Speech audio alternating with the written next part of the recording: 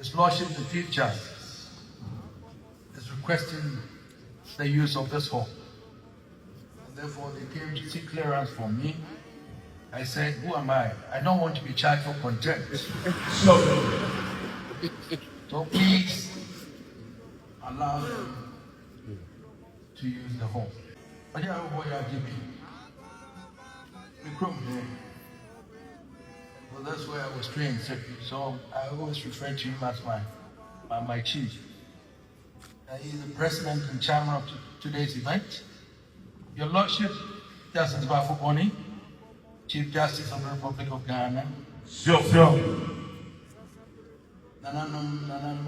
venerable members of the Paimon bench, Excellencies, cherished citizens of our dear country, Ghana, ladies and gentlemen. Sure. I'm deeply honored to be here with other reverend traditional rulers in the midst of this distinguished gathering, a special guest of honor to reflect with you on a subject that lies at the very heart of our nation, the relationship between the Supreme Court of Ghana and, by extension, the Judiciary of the Republic of Ghana on the one hand and the institution of chieftaincy on the other. You might be any question. Na nanoma a lawyer for a judge for do one one Kobe, you Sampa mine and Asaba flat. Oh, me who Shabada mine and Agyei Kokota chief by mine. Me who know. Na me who I am for Kukudamwa, a judges any lawyers. I was ya me to too many my who mine. And I'm almost a day. Emra kuni ya yina free mana anasa judges no yina sinchen abuja for me ntime nwase ye obinya asabi ankobe bi eturo wait me aman watu ane to wadi bofre atadu for cheso wadi bofre man anu afo man to so afo esan se ne nsema a wokeka no onu a ne tibu abu ane fo se wontimi ensa entuma ngu ni metri so etu konkonchire anasa ense suit emotai emetenase wabra wanu anim se bia a wo ba no se bi mpadua sa aye shepete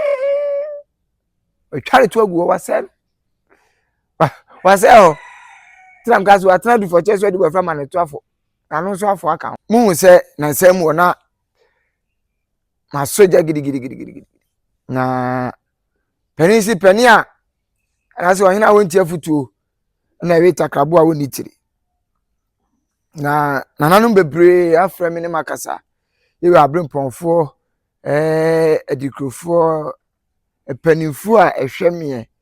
Ghana ha amonone we ma yehu se ampa adwuma ayeye no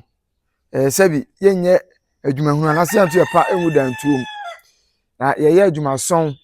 ere asom asante asom yamamre ne yamane me say asantefo omuye nyansafo anifirifo omo adwen so so akofo wi ase wopese obi te wase a edi kan wopese obi te wase a de number 1 wo so ma nipa no wo te wo kasa wo kana se nipa ne te wo kasa wo kana obete wase nti ansana obete obi kasa no se wonya asu obi kasa tepe wabeda ne nipa no na koa seriously nti abrofo no pese enkwa atoto na echiche no machiche ya nanana mokoye no echire a omopese omofa yenya kana nkwa no omo afo so atwere books ma yenya sua eka omokasa ka brofo omoka bete but onu mesua wu kurom kasa ase ukurum kasa omusua nti omu baaye na omutete regions na de maaye die enimu ye bibie wie no se ne be ya Ghana be fa kasa ba ko a ebitimi develop yen ne makasa di mu no ena omoye ma obi anya ena obi anim se ne kurum kasa ena beboa ba nam se santefu ye ni firifo no ono omo sase ya se omodi mese no ewurawura babia na no mefiri obi wa zabila unku kumase da okatwi mefiri bi wo bolaga unku kumase da okatwi mefiri bi wo boko okatwi menamfiri bi wo wa ne ten yi tamalani ada omunku kumase da ba okatwi kasa but minnuanum sidemfo aka no monte asibi monte mase mokasa pa ye de na moka apa easy mokasa pa ye den wane na pata mokasa ye den kasa be pa na momoka the whole central region moka twi na no mode aton inkuru na akra twi asantefo no me bom nsama seriously nti asantefo na omo wa abrochire no ebi mo awiata se omo ma beka me se wale broni kura na opeso otrai ne ma ne yire no ote chikasa because as a now abrofo no ebeti asese Ghana kasa bakan e chikasa sa no omo fa na level abonofo mo kasa no etidayo mentai bunani de bikwa nsi da na mentai bunani but mo kasa no etidai ene entumi ma men kan se abeya odew enye odew bona kasa no empije biem na mpese me kasa na nanom se nsema mo ne me kan kokoro mu nyina mada mebru na ti ase ebru ati ase nyaado me me kan wasem biem na emo mada mebru katachi ne mo ne kasa ma me se de mdi kan kan no me de ma sem de eye ba ko pe se bi bia ko ka papa enye grade mo ne kasa se de mo ne me kan no mo ne kasa na asumdwe mra me de me pa asumdwe de ti ama me ne mani abre nyina ya asumdwe a me hwehwe ti me sre na no madaro mebu enya afra me kofo obi amfoni abeto so da bi enyamfoni sem bia na emom madaro mebu panimfo a mo ne me kasa aye efiri sabre no a video ne beto abonten mo ne me kan aye no a no madaro mebu mo hwe na de sefata kwampa e faso asumdwe beba ne emfaso zase esom no se bi ewura se bi nyaado ye ma mese no ye ba be hye mukina nti mumane enti asesa mebu mi wuranom ebu nananom na se omone me kasa kokko na manti a ya na eka ko se bi na obu a medi bu wo mu no se bi na atosini ma me na mi wuranom asetitiru ene na Akutehene na kansa amoaye akokra oba matiabu matieson atienyaado etu nkwatwe de atwere na emom oda mebru se papa na je grade de a ibi ka papa na je grade de a oda mebru akra ni wanim tia ebi nka se pudu enhye na emom ehye de a ye bedi nejo akra oda ma we nyo chopa nsema mo ne me kan ya mi wura oda mebru ana me chese matiasie ti de minimo kan madama mo hwe na mo ni so sa pepepe efama me na ma me kan mo se kote ifofia kroma ebefi ni foni na ye de atoso kote ifofia kroma obefi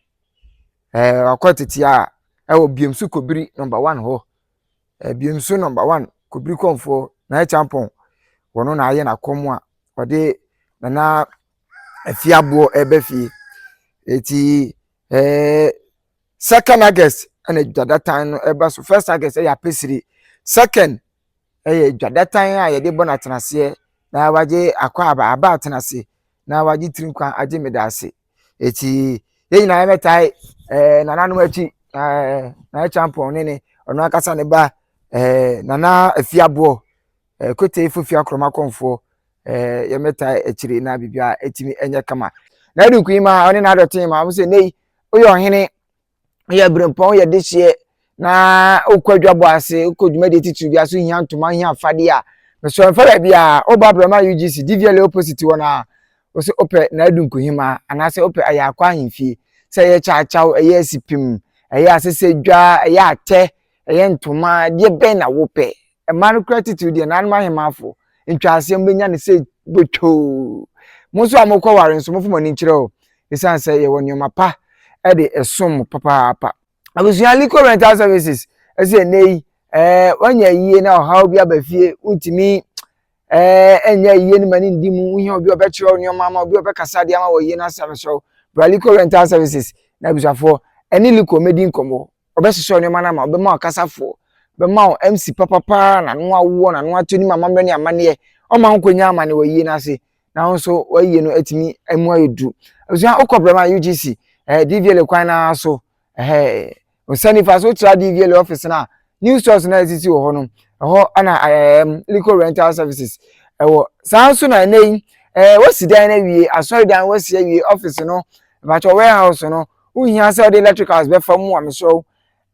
Sly Electricals na ebuawo Sly Electricals nei furniture na so the electrical installation the fault the installment the bibia for electrical ho bia no so furniture Sly Electrical 0245158733 ya ene nkasa ya Asantehene say yare na dokuru wache ohaw bi te so amane bi da so na wakoa enko a mepacho nei ehaw no to betwa ni nyina ne say wodi wani kire nkasa ya Asantehene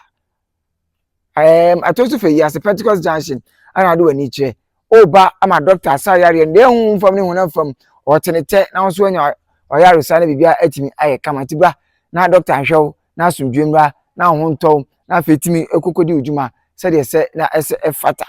abusua social action agency se nei dwedi ahodo bia wodi bia enha ho se fie ma obi won mkra na afra se onso mkra no nchenso kra na ene chibua pa ebebu no adidi ateme bedi unya asem ketwa mesro etu atwa station ase frɛ no obema onipa dom a ebesom wo asomoso mpama serve kama de ama de chensuo de watch drinks de o ma akwaba de orders ni nyina station obi a ode baba besom wo na bibia atimi aye kama Jejuan International School Jejuan International School ewo ofuase kokoben dominase police barrier ani chepe ana Jejuan International School ewo enei se oba no botofo a opese osua kasa hodo bebrebe osua ya kan kasa ya mamani amane ye tete no kwampa so na otimi ekenkan na wowe brofo ekan ekurom kasa na otimi ko animu na nimdie kosoro konkan ya ebacho oba Jejuan International School boarding wo dey wo ye wo bus kama dey nkwala ne bus school mu ho na fe so your boarding house ti your boarding house facilities there bibia na akwam Jejuan International School offer penny for 0553 182201 0553 182201 Mpaninsem TV enra eniji aba ewo nshakotokofie mekasa eniji aba na chese we echese Asante kobia Asante kotokofie era adam ebru akwa bubru mbom ase abetira akofom sanse de ntirima eremfida ene ade ba akwa enra ekoso no dodo na yeru awaye dodo na Asantehene aye na de ba akwa ntirima eremfida ene enra de osafo wo enra Supreme Court mfishia wa ha ne aduonum ene di a wo mudie na omode ho kyerɛkyerɛ kopa ho tuma wo mehia kotokofie no enra ekoso na mebusa se Kofi Mensa Agyei bedu Dormaahene enra wo ko bia na so oye judge are tina no awan ko bie ana otua ne to rade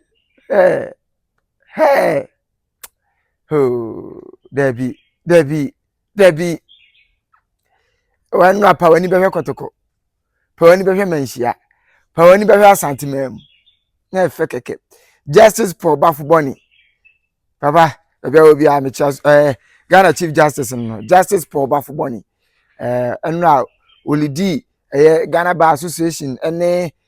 Supreme Court judges ni nyina mpanifo ni nyina edom ba manhia kotokofie ebe di dwumaso a na enya asenkoto na mo ahwe bi ni watie bi na Satini na bia kasa asibi say yen kasa na ye sorry a ye de agudem atu ni punum eden safo akwa ofuo mu no ya be ne be kwa kofa aba na asantefo ye ja omo hawo asema e ba be di ho nkomo kakra abuzafo mu se na nsem wo na ma soja gidi na penisi penia na se ohina wonti afutuo na we takrabo a woni tiri na nananum bebre afra me ne makasa yewe abremponfo edikrofo epanimfo a ehweme Ghana ha amonone we ma yehu se ampa adwuma ayeye no sabi yenye adwumahunu anase anto ye pa enwu dantuom na yeye adwuma son ere asom asante asom yamamre ne yamane eti abusua meba bedi ho komo kakra me komo chi bebre medi ho komo na ehu de ewo mu na abusafo ye be se adwuma di ase ma me nka o se na du kuima oni na dotin ma mo se nei oyo ohene ye brempon ye dehye na okwadwabo ase okodwuma de titu bia so hia ntoma hia afade a me so fa bia obabrama UGC DVL opposite wona o se ope na adu nkuhima anase ope ayakwa ahemfie se ye chaachao ye sipim ye asesedwa ye ate ye ntoma de ben na wope e man gratitude de nanma hemafo ntwaase mbenya ne se botwo muso amokwa waren so mofo mani kire o esan se ye woni mapa e de esom papa abusuan liko rental services ese nei wanya yie na ohaw bia bafie untimi enya yie ni mani ndimu uhi obi obekire onyo mama obi obekasa de ama wo yie na samso liko rental services na abusafo eni liko medi nkomo obesese onyo mana ma obema okasafo bema MC papa na no awo na no atoni mama mre ni amane o ma nkonya amane wo yie na se na nso wo yie no atimi emu ayedu abusuan okobrema UGC DVL kwan na so Osani faso tra DVL office na new stores na exist wo hono ho ana liquor rental services wo sanso na nei wasi dan na wie asori dan wasi wie office no but warehouse no uhia se the electricals be fam wa me so Sly Electricals na ebuawo Sly Electricals nei furniture na so ye electrical installation the fault the installment the bibia electrical ho bia no so furniture Sly Electrical 0245158733 ya ene kasa ya Asantehene say yare na dokro wache ohaw bi te so amane bi da so na wakoa enko a mepacho nei ehaw no to betwa ni nyina ne say wodi wani kire kasa ya Asantehene atosu fe ya Pentecost Junction ana do wani kire oba ama doctor sa yare ne hu fam ne hu na fam otenete na so anya oyare sa na bibia atimi aye kamatibra na doctor ahwew na asundwemra na honto na fetimi ekokodi ujuma se de se na ese efata abusua social action agency se nei dwedi ahodo bia wodi bia enha ho se fie ma ruwan mukra na afra se onso mukra no chenso kra na ene chibua pa ebebu no adidi ateme bedu nya asem ketwa mesro etu atwa station ase frɛ no obema onipa dom a ebesom wo asomoso mpama serve kama de ama de chenso the watcher drinks the oma akwaba the orders ni nyina station obi a ode baba besom wo na bibia atimi aye kama abusa nei ye so mpanti ebi abeka ho oye adwuma pa na ye bo abaso Jejuan International School Jejuan International School ewo ofuase kokoben dominase police barrier ani chepe ana Jejuan International School ewo enei se obano oye botofo a opese osua kasa hodo bebrebe osua ya kan kasa ya mamre ni amane ye tete no kwampa so na otimi ekenkan na wowe brofo ekan ekurom kasa na otimi ko animu na nimdie kosoro konkan a ebacho oba Jejuan International School boarding ho dey ho ye bus kama dey nkola ne bus school mu ho na fe so your boarding house ti your boarding house facilities there bibia na akwam Jejuan International School o for penny for 0553 182201 0553 182201 Jejuan International School ofuase kokoben santaso obuase kwan na so odu domina say police barrier ho na we say Jejuan International School ujina ofuase kwan eso a hu sampa Jejuan na pampam tete ho kama na ne franka edi ahim atibra na ene ye medi komo na oba no se wo ha adwin wo fi wo din semone a yenya kwampane tete no se sei nya afi na ye de akwara no kotena school dem teacher bomba mam yisi da bi enka tete ne ye bo akwara si ye tene no se de ye de nimbie kwan abefo kwan tene akwara no na nimdie ne nyansa oduma komade ma no abeboaze na batimi di akọ nanim na abrabo na timi very soft e de amano na yakọ anim mu se na nsen na sɔre nkrofo bi dua so a to pete won pa abusafo na sebi nipa de ote ho na mpanifo abo chidom mpanifo ta wachi mpanifo hwe odwumadie na etufo na wanti a enye papa na mpese me ka chana nanom se nsema mo ne me ka kokoro mu nyina mada mebru mate ase ebru ate ase nyaado me me ka ho asem bim na emo mada mebru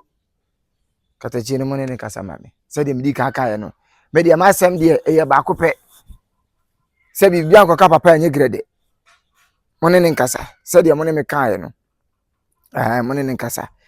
na asumdwe mra me de me pa asumdwe de ti ama me ne mani abre nyina ya asumdwe a me hwehwe ti mesre na nanom madaro mebu enya afra me kofo obi amfoni abeto so da bi ehia mfoni sem bia na emom madaro mebu panimfo a mo ne me kasa ye efiri sa abre no a video ne beto abonten mo ne me ka ye no a no madaro mebu mo hwe na de sefata kwampa e faso asumdwe beba ne mfa so se esom no se bi awura se bi nyaado ye ma mese no ye ba be hye mukena nti mo mane enti ase sa mebu mi wuranom ebu nananom na se omone me kasa kokom na manti a ya na eka ko se bi na obu a me di bu wo mo no se bi na atosini nti mame na mi wuranom ase titiru ene na Akutehene na kansa amoaye akokra oba mate abu mate eson mate nyaado etu nkwatwe de etwere na emom ada mebru se papa na jigrede de a ibi ka papa na jigrede de a ada mebru akra ni wanim tia ebi nka se pudu ense na emom ese de a ye bi di nejo akra wada ma we nya chopa nsema mo ne me kan mi wura wada mebru ana me chese mate ase nti de minimo kan madama mo hwe na mo ni so sa pepepe efama me na ma me ka mo se kote ifofia kroma ebe fie ni mfoni na ye de atoso kote ifofia kroma oba fie akotete a wo biemsu kobiri number 1 ho biemsu number 1 kobiri konfo na champon wono na aye na komo a ode na afiabo ebe fie eti second August and that time eba so first August ya pesiri second dwadatan a ye de bona tenase na waje akwa aba atenase na waje trinkwa aje medase eti ye na emetai nananu achi na champion ne ono akasa ne ba nana afiabo kote ifofia kroma konfo ye metai echiri na bibia etimi enye kama na nananu bebrebe bi o nya me maame na go so usu a abrewa babi gidigidi pa nya asem ketwa biemsu kobiri on de dwumadie ni sine na so nti on de yeyi na asi nchen oni nananum akonfo a eka ne ho omunyina ye ne kama afei me akasa minua chikrom kobiri kobiri adwura obabi buon kobiri adwura babi afei kwantapom ono so eba kantakese kobiri konfo ono so eba afei minua nanada kwa ono so baby so kwa konfo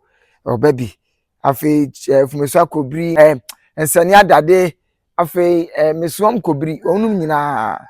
eti akonfo wo asantema mu nyina eba kotoko hene na napani edwumadi ase na afei ya be pijama na ya akono wesanse Kutehene wa hye yewura Asantehene ni nyam papa enya sanketo ti nyina ya kobi Mpaninsem TV yeba life dwumadi no nananu madaroma omo se yen yemra metwa na afin so yesa so meye kasamafo afama sa adwuma di nti ye ba life and colored etimonhia ye ho nananma konfo ewo asantema mu nyina me nyi obia frim obia mra bi we a special invite me de ema nananma konfo nyina afi ye koye nim na me fa nsem de bi mra mu abusafo unu se ya kan kasa yi a ye kan kame ya se ebinom empese ebekwa anim esanse wonum ekasa no omo de ato nchen ana omo ka kasa fufuro bi a ani wonum kasa dagbani nkran anwuna frafra fante ni nyina mo de agudem na upie Ghana ha kasa baako a enei edi him na kowiase nyina na ukopie amanone nkuru ahodo so a wonum ho popo se wo mo besua sa kasa no twi kasa ya kan kasa ye na bisafo Asantehene na baako kasa wo se de enti Asante omo abatan na etan amota Asante nyina etimi nsi aga ene se oma bo modin pagya won twi kasa ne wati ase ya kanfo nkola no Asantefo nkola no ya pagya ye twi kasa no amana kosoro enti se ba ni se yi a na chese ya ni monyam hye e de ma ye kasa no enti wo to wo de apunum e de nsafo ne kwa afuo mu no hwan na me pagya wo de mfa ma enti wo ta Asante a wo tan na akwa akosisei abusha ye tibi mra asibi mikasasi ya gese badwuma yansafo nimdefo nifirfo ene betini asibi kasa mo a doctor fokuku damfo asoja fokuku damfo empifo ehemfo nipa asofo asapakafo adifo mpanyimfo maame ye maame no mu nififo ena efule asibi tiesibi wiase mse Asantefo omuye nyansafo anifirifo omo adwen so sa akofori wiase upese obi te wase a edi kan upese obi te wase a ndiye number 1 wo so ma nipa no wo te wo kasa wo kana se nipa ne te wo kasa wo kana obete wase nti ansana obetu obi kasa no se wonya asu obi kasa tepe wabedane nipa no na koa seriously nti abrofo no pese enkwa atoto na echiche no machiche ya nanana mokoye no echire a omo pese omo fa yenya kana nkwa no omo mafo so atwere books ma yenya sua ka omo kasa ka brofo omo ka ebete but onu mesua wu kurom kasa ase wu kurom kasa o musua ntomu bae na o metete regions na de ade maaye die ni mu ye bibie wie no se ne be ya Ghana be fa kasa ba ko a ebitimi develop yen ne makasa di mu no ena omoye ma obia anya ena obia nim se ne kurom kasa ena beboa ba nam se Asantefo ye ni firifo no ono omo sase ya se omodi mese no ewurawura babia na no mefiri obi wa zabila onko kuma se da okatwi mefiri obi wa bolaga onko kuma se da okatwi mefiri obi wa boko okatwi menamfiri obi wa wane yi tamalani adad omunko kuma se da ba okatwi kasa but minnuanum sidemfo aka no monte asibi monte mase mokasa pa ye de na moka apa is mokasa pa ye den wana na pata mokasa ye den kasa be pa na momoka the whole central region moka twi na no mode aton inkuru na Accra twi Asantefo no me bom nsama seriously nti Asantefo na omo wa abrochire no ebi mo awiata se omo ma beka me se wale broni kura na opeso otrai ne ma ne yire no ote chikasa because I say now abrofo no ebeti ase say Ghana kasa bakan yitwi kasa sa no omo fa na level abonofo mo kasa no etidayo mentai bunani ne bikwa nsi da na mentai bunani but mo kasa no etidai ene entumi ma men kan say abeye odewo enye odewo bona kasa no empije biem ba bia na wo se kasa no epija eye bra siremfo no kokko asahwe ne patam na daade a omotete kokko hweso na daade no oho na se mo ton bono kasa no emma wo mo buko omo na de kasa na nante nti mo ton bono kasa na amma siremfo no ba asantefo no mo de asante kasa na eton ma wo mo ba asante ninu okofa sire ni betene fie within 2 to 3 weeks wo beti kasa ko sansobra bo fufu ko fu wo ba bujabra yesi obama wate kasa no ba ye nuanom siremfo no mo aye mo ho se asem mo na mo ko school na mo te brofo wonka wo kurum kasa na brofo sensa oti mote bia no din TV station bi brofo sensa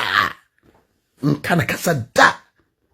enkofo a omani mastedo mu ba now omani abere wasirem pa wo makasa we kusasefo omani nso abere wo makasa papa omani abere mo pese kasa no develop nti asantefo no wono omo di sieni a ombedu su kunim wuntimi omo build omo ho as a country but asantefo omo se embeda adwasa your country for Ghana, but you were one Ghana, but Asante for the build of Mosa as a different country, a what Ghana into Omokasano, Omu knew how grow. The bay no who says Asantehene. You would have me boom was a higher crown. Inti, every piera Asantehene or friend to me. Ukwa bruchile kwa program kese wa friend tuma obese seed krampo a ye once bi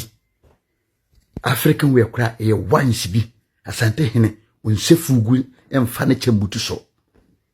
onhu se Asantehene sefugu e de chaisi suda nyeso ne bio wo ne kase de ne wo inti video we ameye no mo video we nkwa kire en ye asesirefo no mo nya na nyemo na mo nkwa na motebrofo na mon kama kasa na makasa ne mpie we dagati ni a madagati ne mpie fra ne mpie gonja ne nkoso na mode bukasa no sie asibi huna meka na okore kira mu a na esa da na bufuo na sa da na bufuo serious na sa da na bufuo mu kurom ho TV station ho okatwi me na meka kiro kachi sesi nkran kasa sipi mekano krema kwatran kana ba membo boboro no nkran kasa atonsuum nkran fo mo bumfumi mese mo kasa na mo mana tonsuum abere ne tiny fo so ase de nkran kasa abe pie no mo anso na mu nte mo ma kasa na te dai yeso obi tudum wa Ghana bitime gidin a yeso tutwi o kachi nkasa wa mfa twi mfra wo esene mu wa yomu no enko ba onya to motwi kasa mu a tumia womu no eko nti asantefo no sentini yakwa nti sentinins onsua different language geso mo amatena zoom no ka hausa kakra on tipa okra onka sentini yakwa because broni ntimi mesio wo kasa ne da bia nyese aborofo no bi ntitwi o mote ba so odebe gina ne classroom e kira de me say bra ko sansu ne tese de ye kire yema this is a water this is a yam this is banana na de onye bida so be kire bi we ye bode we ye banki we ye nsu we ye sie wotwi kasam wa burukire classroom omo nkire gese nansen ne so as a social media no na boys bi wa China omo de twi kasa ye e kire bi nti siremfo no ma yensua ni kasa no impija asema o kana no kro yen kasa yen kwa na enim nyansa yen kwa na kasa ede bare se yesi ye hwemu ni ye ka no kre na bibia be kama abusafo de o se ohunu ni se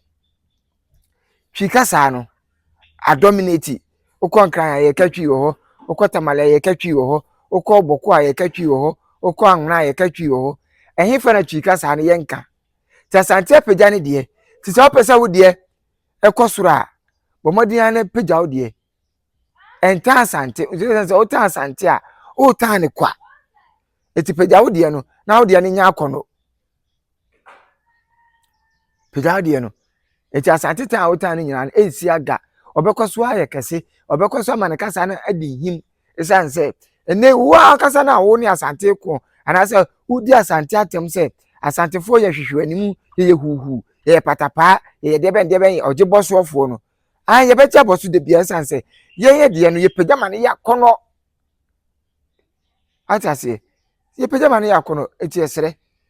se de yiru ana na aka no se pagya de na asante su pagya ne de ebese ya otan no etuo betwa abusua ekwe ni fast forward asam do no ana akoso na Supreme Court enya mfinhyia no wa ha ene aduonum na onu se Supreme Court de Ghana court kunini a Ghana court ho nyina wona ye panini a ene ye di wasem o district court ye di wasem o high court na amaka circuit court ni adi nyina na amaka na onti wo ho ase a Supreme Court ne kokotwa ati ase Supreme Court eti wonu anya mfinhyia wa ha aduonum na Ghana Chief Justice Paul Bafuboni ede encheche ene mfinhyia wa ha ne aduonum edadie ho ntoma pa nyina eba manhyia kotukofie abuja enye se bia ye huru obi na emu asante ye ma ne yakono isa sese ye se ye hye de wodi Supreme Court anase Ghana mrakunni no ehyehyeye edi asem ewo na hemfie eka nsem dodo no a there is no way so betimi yi asante afim na emum ye hwemu kura na asante hyehyeye a edi nananum didi asem fitete no eno ana omu gina so ede ye mrakunni no ana afi so omsan so gina so ede ye Ghana ye court ahodo no eye sa asete ni nyina so hwemu pa sanete eti aba ni se ya womo de ani die be ma Achiaa me eti Justice for Bafuboni ene ne dom lawyer for kukudam judges for kukudam na busua dwuma de ne koso e wo manhia kotokofie yewura ne ho kese a efa nipa pepran koma fa nipa dodo no a na dwuma de ne koso no na nanom a eye lawyer for eye judge for dodo no a ne ko bi yehu sampa manyene na sabagya fla ho mihu Chobora mine na Agyei kokota chifri be ye man mihu no ho na mihu ahemfo kukudam a eye judges ene lawyers a abusua metutumani a mahu do mine na busa musa adai emra kuni ni yeyi na firi mu ana sa judges no yeyi na sinchen abusua fo me ntime ho ase na babra adwuma de ni kwaso no bi na etwaguo no omudi ka koyewura ho akwachi ayewura ade koto nanim ama yewura ema omkwan ana afi nso dwumadi ni course na yewura kasai yeti yewura kasa ne kakramra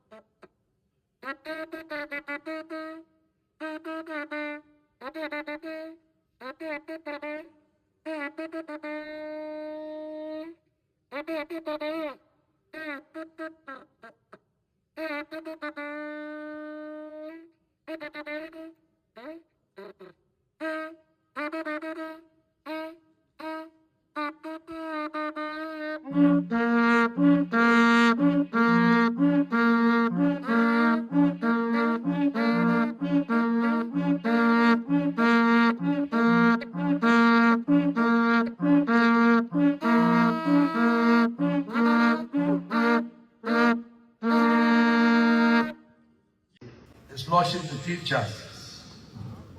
is requesting the use of this hall Therefore, they came to seek clearance from me. I said, who am I? I don't want to be charged for contempt. So please allow them to use the home. Sure. But yeah, boy, well, that's where I was trained, so I always refer to him as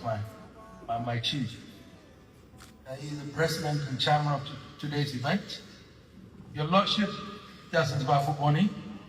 Chief Justice of the Republic of Ghana. Sure. Venerable members of the bar and bench, Excellencies, cherished citizens of our dear country, Ghana, ladies and gentlemen. Sure. I'm deeply honored to be here with other revered traditional rulers in the midst of this distinguished gathering, a special guest of honor to reflect with you on a subject that lies at the very heart of our nation, the relationship between the Supreme Court of Ghana and, by extension, the judiciary of the Republic of Ghana on the one hand and the institution of chieftaincy on the other. Sure. On my part, my Lord, and I believe I speak for all of us, the theme for the anniversary, honoring the past, celebrating the present and defining the future, is eminently apt. Equally, the topic of today's lecture, the Supreme Court and the institution of chieftaincy, is particularly opposite. It is fitting that we gather under this pernicious theme and judiciously chosen topic to reflect on these two institutions. One, ancient, rooted in custom and the accumulated wisdom of our ancestors, and the other, modern, born of constitutional and other legal design. Sure. Together, we have shaped the character of our nation's legal and cultural identity. Long before the colonial culture was built, as the Chief Justice intimated, the institution of chieftaincy stood as a principal organ of governance, justice, and social order among our people. The chief was and remains the supreme priest, judge, custodian of land, and symbol of the continuity between the living, the dead, and the yet unborn. Sure. Disputes were settled beneath the great tree, before the stool of the skin, through processes that prize reconciliation over retribution and community harmony over the vindication of narrow legal rights. We need to say, Krabian Santokotkahene, or a pillar of peace. We are some minchum being. Osayani is you know, says, so I am an aya corner. Ye, Obinya Sabian baby. It's the way to me, man. What you to what the buffet? I tell you for chess or the buffet and one for man to swap. The son say, Ninsama walk a canoe. On one Nitibua Buana for. Say, wait to me and sa and to my winning metriso. A to continue, and as I say, suit, and what tie, and metnasi. Wabra no anim se baby a wo ba no